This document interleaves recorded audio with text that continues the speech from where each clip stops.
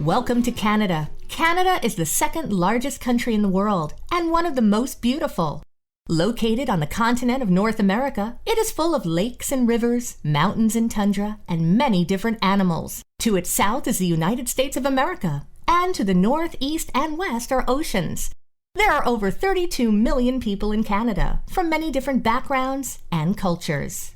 Three adventurous friends, Wandering Wally, Hiking Holly, and Ambling Andy, will now take you across each of Canada's 13 provinces and territories. Along the way, you will meet other friends of theirs, each named after the capital city of their province or territory.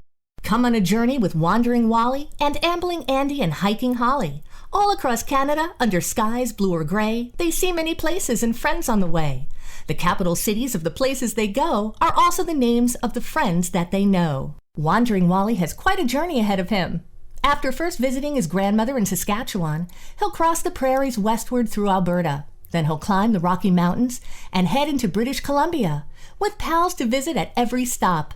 Finally, he'll hike up the Pacific coast to go mining with his friends in the chilly mountains of the Yukon and Northwest Territories. Wandering Wally forms a smile and then begins his quest. He starts off in the prairies and heads off toward the west. The mountains and the coastline are places he'll pass through, with provinces and territories near the ocean blue. Grandma Regina is named after the capital of Saskatchewan. More elderly people live here than in any other province. After Wally starts his journey, Grandma Regina decides to do some traveling of her own. Her trip takes her from the town of Saskatoon to the big muddy Badlands in the south. The Badlands were actually used as a hideout for outlaws 100 years ago. The Royal Canadian Mounted Police, or Mounties, tried to catch these outlaws and put them in jail. The Mounties still make their home in the town of Regina today. Regina plans to travel to the south of Saskatoon. She tours big muddy Badlands, then goes north to sandy dunes. With all the many rivers and also lakes to cross, Wally is quite fearful that Grandma might get lost. Wally's friend Edmonton is named after the capital of Alberta. But Edmonton actually lives in the nearby city of Calgary. Wally makes sure to visit Edmonton in July each year, for that is when he can enjoy the famous Calgary Stampede, the world's largest rodeo.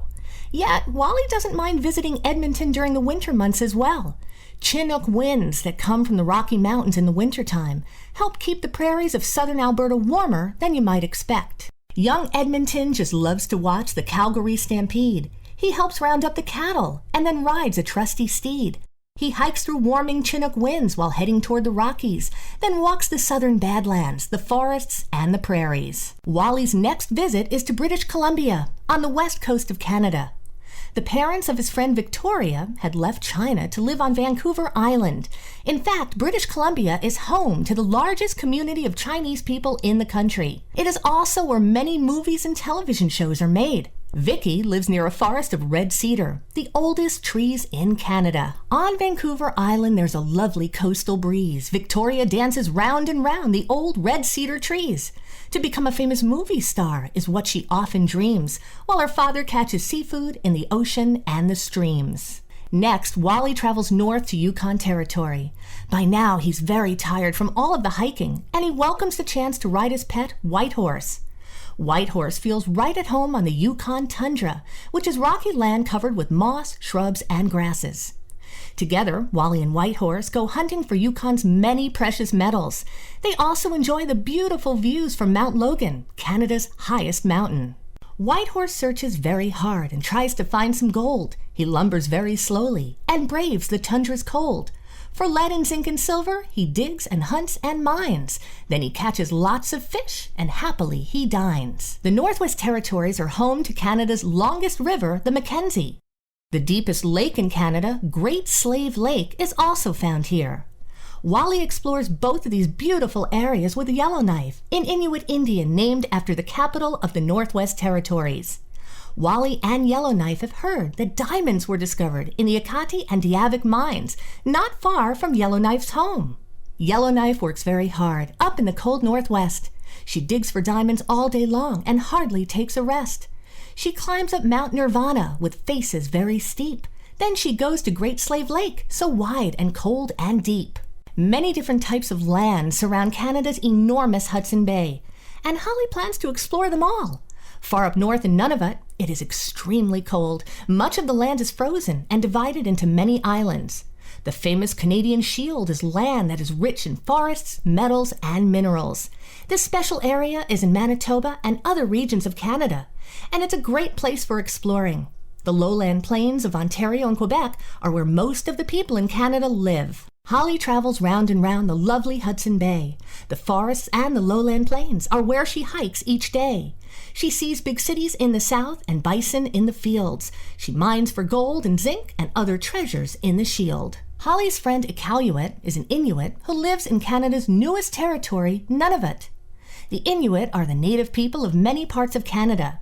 They are very skilled at arts and crafts, such as soapstone sculptures, and they sell their work as a way to make a living.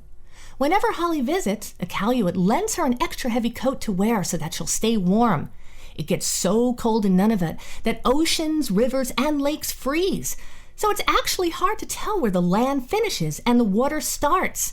Amazingly, it is also usually too cold to snow. Far up north in Nunavut, Iqaluit loves to fish. It's both his favorite pastime as well as favorite dish.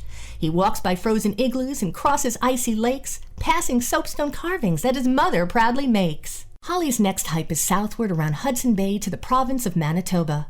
Her host Winnipeg, also called Winnie for short, lives on her father's big farm. Winnie's mother works at the Royal Canadian Mint in Manitoba, where she helps make Canadian money.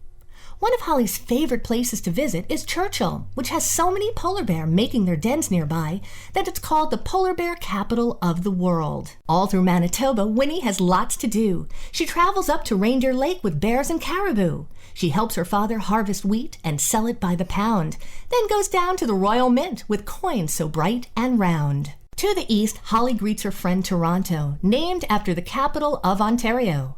Toronto is also the largest city in all of Canada. More than half of the people in Toronto come from other countries, making it a very interesting place to visit. During Holly's stay, she and Toronto visit Ottawa, which is the capital of the whole country of Canada. Before leaving Ontario, Holly makes sure to visit Niagara Falls, one of the world's most famous waterfalls. Of Toronto's many neighbors, some are Portuguese, others speak Italian, and many speak Chinese. To Canada's bright capital is where she makes her way. She heads past Lake Superior and rests in Thunder Bay. Holly's last hike is to Quebec. Here she meets her good friend named after the province's capital, Quebec City. Like most people in the province, Quebec's first language is French, and she teaches Holly a few new words during her stay. They hike through the forests of Quebec, which cover half of the province and make up the most forest land in all of Canada. Quebec and Holly then retreat to the great city of Montreal. It's there that they enjoy many activities, including eating the delicious poutine, a combination of French fries, cheese, and gravy. Quebec heads down to Montreal to see the circus arts. The comic strips and Celtic songs are dearest to her heart. She likes to dine in restaurants with French cuisine to eat, and cheers at all the hockey games with Putin as a treat. The Atlantic provinces are on the eastern coast of Canada. Andy is ready to travel through all of them and visits his friends along the way. He and many other tourists will be visiting beautiful places like Prince Edward Island and Nova Scotia, and also watching whales dipping in and out of the ocean waters. The Gulf of St. Lawrence and Labrador Sea have lots of great places for Andy to be. From Cape Breton Island, he sails on a ship, passing icebergs and whales on his seafaring trip. Andy's first visit will be with his good friend Frederick, who lives in New Brunswick. Frederick first takes Andy to St. John, the oldest city in Canada. Then they travel across the Heartland Bridge, the world's longest covered bridge. A little later on, they go to the Bay of Fundy to watch the highest tides in the world. The two friends take a break from their travels and sit together, eating interesting-looking plants called fiddleheads. Frederick tells Andy that fiddleheads are one of New Brunswick's favorite dishes. Frederick travels to St. John, New Brunswick's oldest pride. Then at the Bay of Fundy, he'll watch the rising tide. He walks across the Heartland Bridge where balsam firs he sees. He munches on some fiddleheads while hiking through the trees. Andy next meets up with Halifax, who lives in Nova Scotia. Their first stop after Andy's arrival is the scenic and popular Cape Breton Island. Andy is amazed to learn that it is one of 3,800 islands in Nova Scotia. He and Halifax then take a trip to the Annapolis Valley to pick crisp, delicious apples and search for sweet, juicy blueberries. They finish Andy's visit with a journey to the coast of Nova Scotia, where Halifax helps his father catch lobsters. Halifax boasts to Andy that Nova Scotia is the world's largest exporter of lobsters. Halifax skips over rocks while wandering the shore. He carries lobster, clams, and crabs and brings them to the store. He walks down to the valley to pick apples off a tree. He watches whales in Lunenburg while sitting by the sea. Andy's lovely friend Charlotte lives on Prince Edward Island, the smallest province in Canada. The island was named after Prince Edward, who was the father of England's Queen Victoria. Most people living on Prince Edward Island have ancestors from Scotland or Ireland, and they make their living farming and growing vegetables. As the two tour the island, Andy is amazed at the sandstone cliffs, red dirt, and gorgeous sandy beaches. Charlotte points out patches of seaweed or Irish moss along the way and explains to Andy that it is used by the islanders to thicken ice cream, cheese, and toothpaste. Charlotte gathers Irish moss out on Prince Edward Isle. She loves the beaches and reddish dirt and walks for many miles. Her family near Cavendish grows onions and potatoes and many other vegetables like carrots and tomatoes. Andy's last visit is to Newfoundland and Labrador. In Newfoundland, he meets his friend John on a high cliff overlooking the icebergs in the Atlantic Ocean. This tall cliff is called Signal Hill. John tells Andy the sad story of a large cruise ship, the Titanic, which hit an iceberg and sank nearby Newfoundland many years ago. Andy looks out on the ocean from behind a telescope and looks for icebergs in the choppy waters. Afterward, John and Andy tour a steel mill that is owned by John's father, who proudly explains that Newfoundland produces the most iron ore and steel in all of Canada. John stands very proud and tall on top of Signal Hill. He looks out at the icebergs on the ocean, calm and still. He sees the lakes and forests with iron all around and views the island's dunes and hills, high cliffs, and open ground. This ends the journeys of Hiking Holly, Wandering Wally, and Ambling Andy. But feel free to take more trips with these three adventurous friends as they plot and plan to again travel all across Canada.